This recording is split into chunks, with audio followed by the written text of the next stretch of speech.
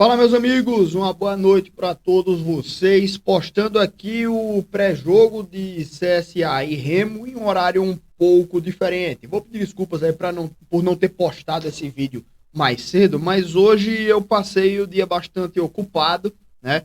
Eu fui hoje à tarde, por exemplo, lá na Bienal, onde teve o lançamento.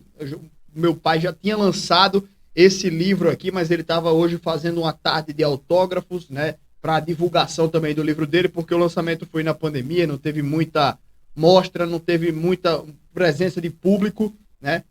Nem podia, na verdade, mas estava lá fazendo, prestando essa homenagem também ao meu pai, que mandou aqui também, colocou aqui a dedicatória dele para mim aqui também no livro. Apesar do livro ser a capa mais vermelha, né? Meu pai é um grande azulino e com certeza vai estar no jogo amanhã, como eu quero também pedir a presença de vocês no estádio, porque esse jogo é muito importante. Beleza, galera? Então um abraço aí pro Painho, que fez aqui o evento de divulgação do livro dele. Segundo já livro que o Gomes publica, né? Então não é brincadeira não, o Painho é fera. Mas estamos aqui para falar do jogo do CSA, né? E ter postado esse vídeo um pouco mais tarde hoje me permitiu ver todos os jogos, né? Os resultados, pelo menos, dos jogos que aconteceram hoje e falar um pouco em cima também desses resultados e como influenciam também a gente na tabela.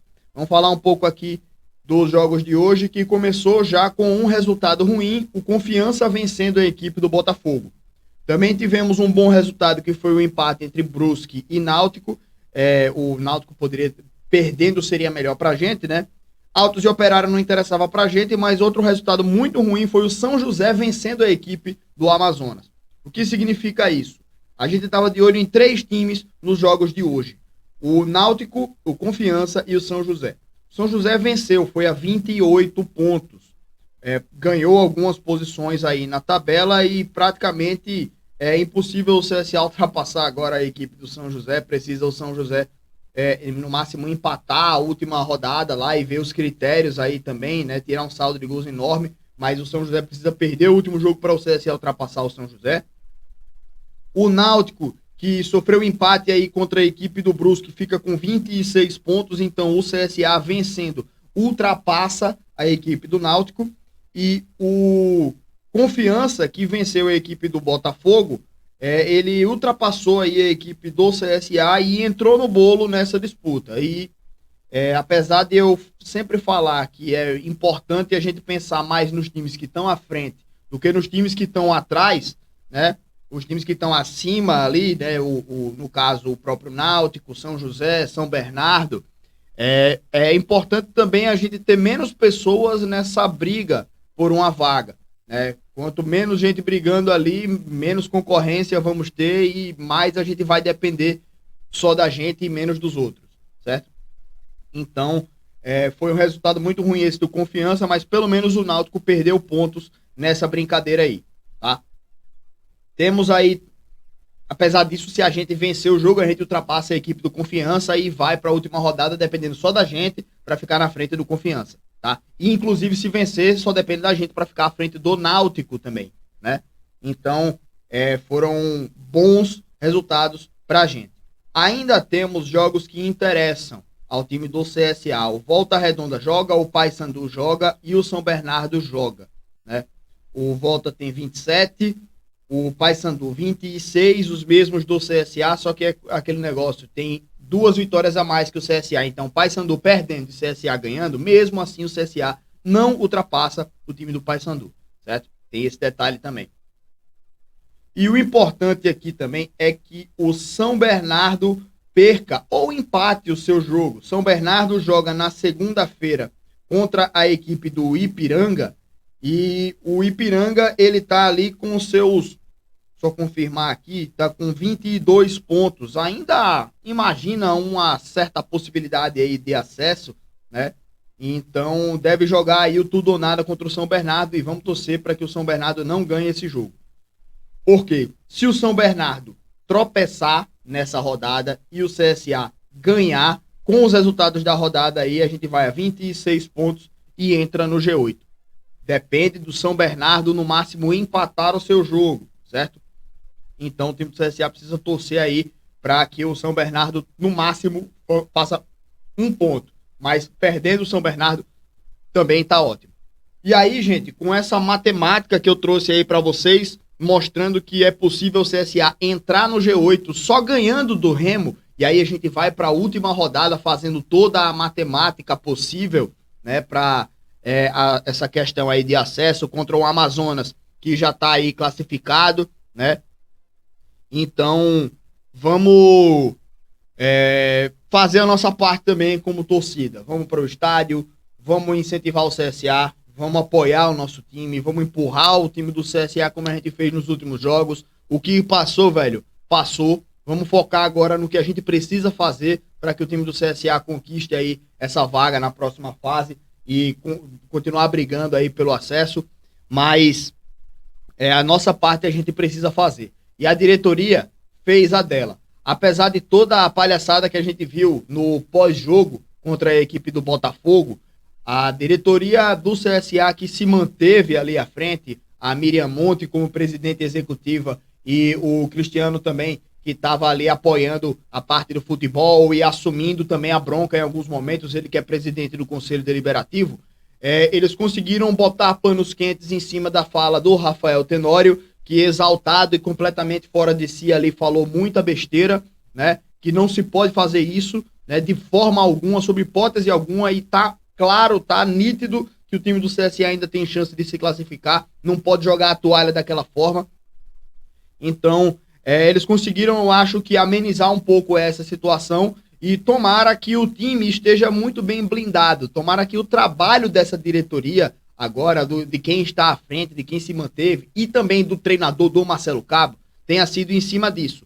Blindar o time de toda essa situação, né, de que aconteceu e continuar trazendo a esperança, né, porque se um time joga sem esperança, se um time joga sem a possibilidade de brigar por um acesso, é um jogo muito mais morno e sem intensidade, sem vontade mesmo de ganhar. Quando o time acredita que tem chance de ganhar, ele joga com mais vontade. E isso é extremamente necessário para o time do CSA nessa penúltima rodada, certo?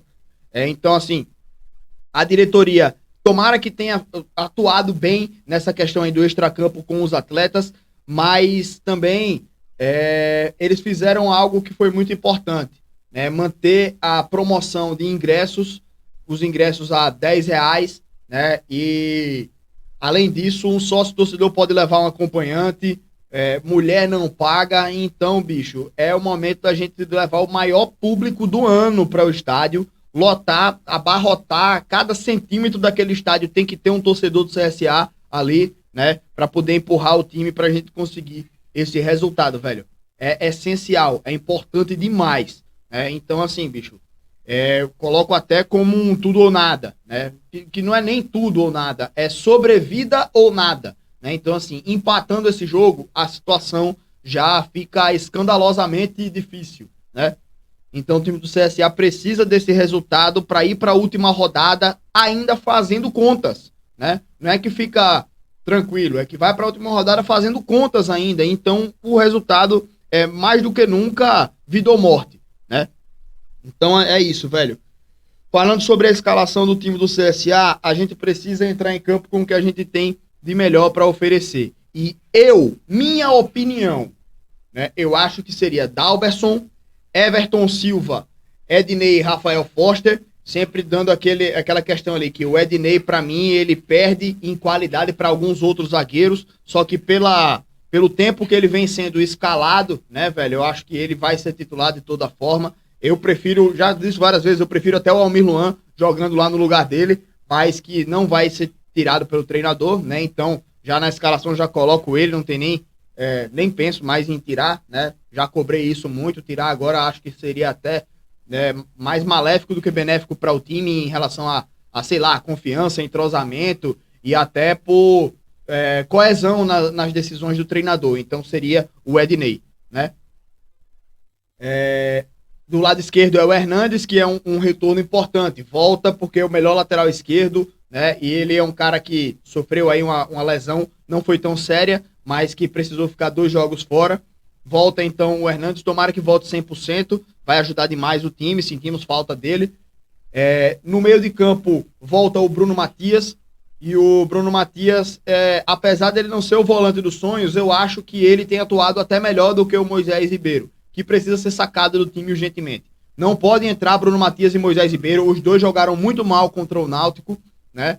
E nesse último jogo o Moisés jogou muito mal também contra o Botafogo. O Bruno Matias voltando, ele pode ali ser o primeiro volante da equipe, jogando ali um pouco mais à frente dele o Thomas Bastos, e ao lado dele, Maciel ou Iago Henrique, um dos dois. Né? Eu prefiro o Maciel, ele dá uma qualidade no passe um pouco melhor. Né? Então eu utilizaria Maciel e Thomas Bastos um pouco mais à frente.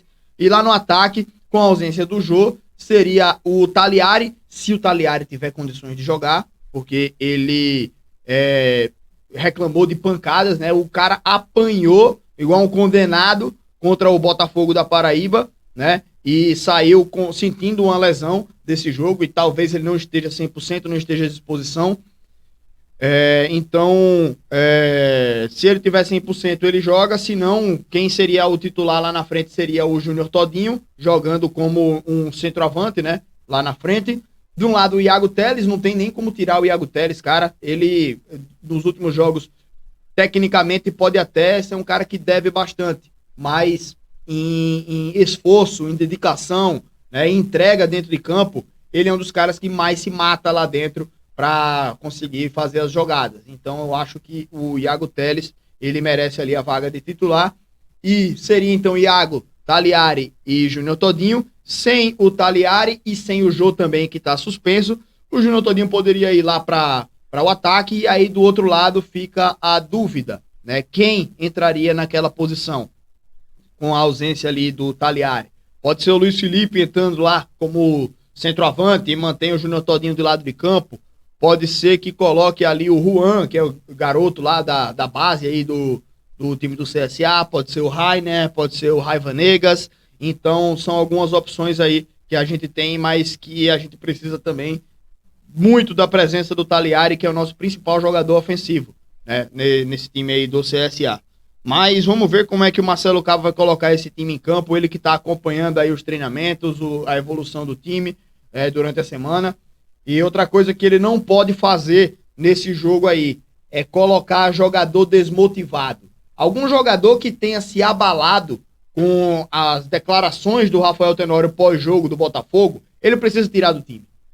Porque a gente precisa de jogadores que continuem acreditando, que saibam que é possível e que continuem lutando pela classificação. Não adianta ser o melhor do time se você não acredita e se vai fazer corpo mole, tá ligado? Se não vai dar 100% de si. Eu prefiro um cara que seja um pouco pior tecnicamente, que entregue, que se mate dentro de campo, do que um cara que tá jogando por jogar e só fazendo mais um lá, mesmo sendo de muita qualidade, sabe? Então é isso, gente. Já um pré-jogo muito mais longo aqui do que eu tenho o costume de postar, mas trouxe aqui muitas informações aí para vocês também sobre o time do CSA, beleza? Então, gente, muito obrigado aí pela presença de todos vocês, tamo junto, um grande abraço e até amanhã, que o jogo é importante demais e eu vejo todo mundo no Estádio Rei Pelé, beleza? Abraço, amigos, valeu!